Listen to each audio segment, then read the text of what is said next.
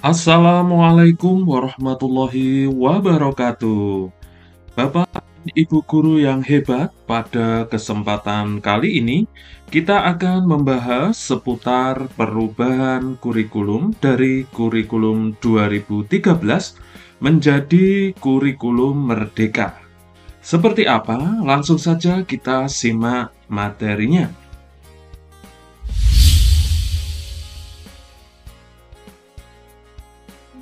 Apa itu kurikulum? Bapak dan Ibu, kurikulum dimaknai sebagai keseluruhan belajar siswa, titik awal sampai titik akhir pengalaman belajar siswa. Kurikulum juga diibaratkan sebagai jantungnya pendidikan. Jika jantungnya lemah, maka proses penyaluran darah tidak lancar dan bisa berakibat fatal bagi tubuh kita. Lalu, apa saja komponen dalam kurikulum? Komponen dalam kurikulum antara lain tujuan, konten, metode atau cara, dan juga evaluasi. Siswa tentu saja menjadi acuan dari kurikulum. Kemerdekaan siswa dalam belajar adalah inti dari pengembangan kurikulum ini.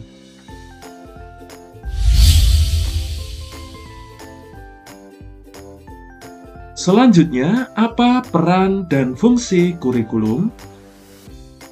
Kurikulum merupakan pedoman dan acuan dalam pembelajaran. Fungsi kurikulum bagi guru adalah memandu dalam proses belajar siswa.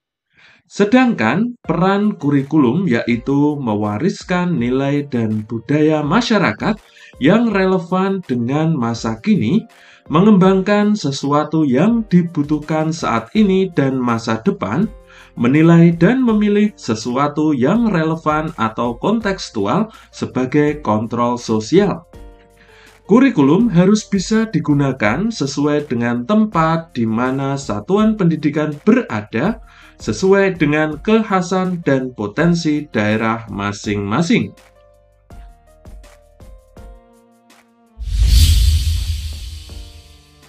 Lalu bagaimana cara pengembangan kurikulum? Sesuai dengan peran kita sebagai garda depan dalam implementasi kurikulum dalam proses pembelajaran, kita harus tahu bahwa kurikulum yang baik adalah kurikulum yang sesuai dengan zamannya, sehingga kurikulum perlu disesuaikan dengan kebutuhan siswa. Kita juga harus melakukan adaptasi sesuai dengan konteks dan karakter siswa kita. Begitu juga dengan pembelajaran yang kita lakukan. Sebagai guru, kita yang lebih mengetahui kebutuhan siswa-siswa kita, kompetensi apa yang dibutuhkan, dan bagaimana cara mewujudkannya. Transformasi pembelajaran paradigma baru menekankan pada penguatan kompetensi dan materi esensial atau bermakna. Bukan pada banyaknya materi atau konten, tetapi materi atau konten yang esensial dalam pembelajaran yang dilaksanakan secara mendalam.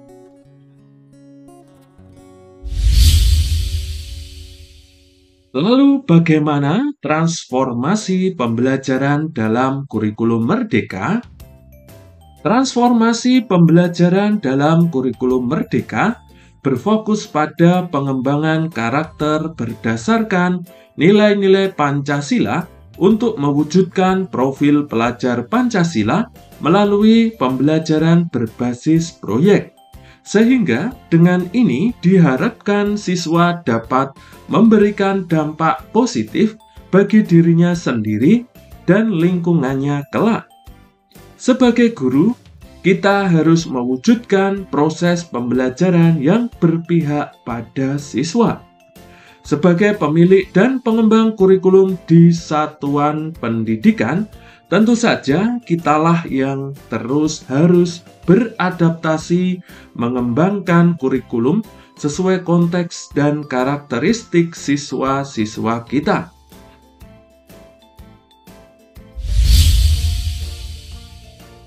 Selanjutnya, bagaimana pendidikan menurut Ki Hajar Dewantara? Maksud pendidikan menurut Ki Hajar Dewantara adalah menuntun segala kekuatan kodrat yang ada pada anak-anak agar mereka dapat mencapai keselamatan dan kebahagiaan yang setinggi-tingginya, baik sebagai manusia maupun anggota masyarakat. Demi menuntun kodrat siswa-siswa kita, pembelajaran termasuk kurikulum yang kita selenggarakan juga harus terus menyesuaikan dengan kebutuhan mereka.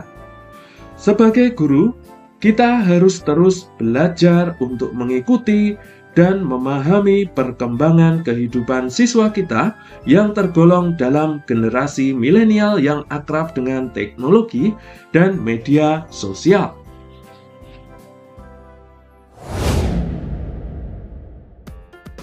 Lalu, apa saja prinsip pembelajaran paradigma baru? Bapak dan Ibu guru, pembelajaran merupakan implementasi atau penerapan kurikulum di kelas. Sebagai pelaksana kurikulum, kita sebagai guru merancang dan melaksanakan pembelajaran dengan menggunakan prinsip-prinsip yang dapat memfasilitasi beragam kebutuhan siswa kita. Prinsip pembelajaran apa saja yang berpihak pada siswa? Prinsip pembelajaran yang berpihak pada siswa antara lain sebagai berikut. Yang pertama, mempertimbangkan kebutuhan capaian belajar siswa saat ini.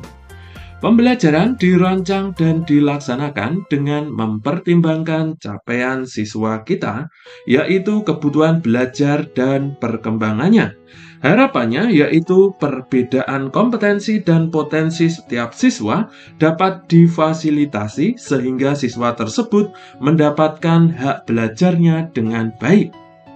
Untuk memahami kebutuhan dan kemampuan siswa, guru dapat melakukan evaluasi sebelum proses pembelajaran. Yang kedua, membangun kapasitas belajar siswa menjadi pembelajar sepanjang hayat. Siswa mempunyai fisik, mental, dan pikiran yang akan terus tumbuh dan berkembang. Oleh karenanya, diperlukan pembelajaran yang mengembangkan pada pola pikir tumbuh. Guru melibatkan siswa dalam perencanaan, pelaksanaan, dan penilaian pembelajaran dengan membuka dialog dengan siswa. Yang ketiga, mendukung perkembangan kognitif dan karakter siswa. Diperlukan perencanaan dan pelaksanaan pembelajaran yang mempertimbangkan perkembangan karakter dan kompetensi siswa. Guru dapat mengembangkan kecakapan berpikir siswa dengan penguatan literasi melalui teks. Guru juga dapat menumbuhkan kecakapan sosial emosional siswa dengan melakukan apresiasi terhadap proses belajarnya. Yang keempat, menyesuaikan konteks kehidupan siswa. Siswa tumbuh dan berkembang berdasarkan konteks kebudayaan di sekitarnya. Guru dapat membantu siswa untuk mengenali konteks diri dan lingkungannya.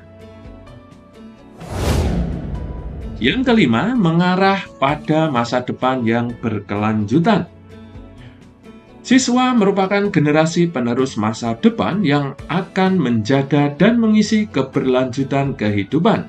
Penting juga bagi guru untuk membangun kesadaran siswa pada masa depan yang berkelanjutan. Baik Bapak dan Ibu guru yang hebat, demikian materi pembelajaran yang pertama ini, yaitu tentang perubahan kurikulum. Terima kasih atas perhatiannya. Wassalamualaikum warahmatullahi wabarakatuh.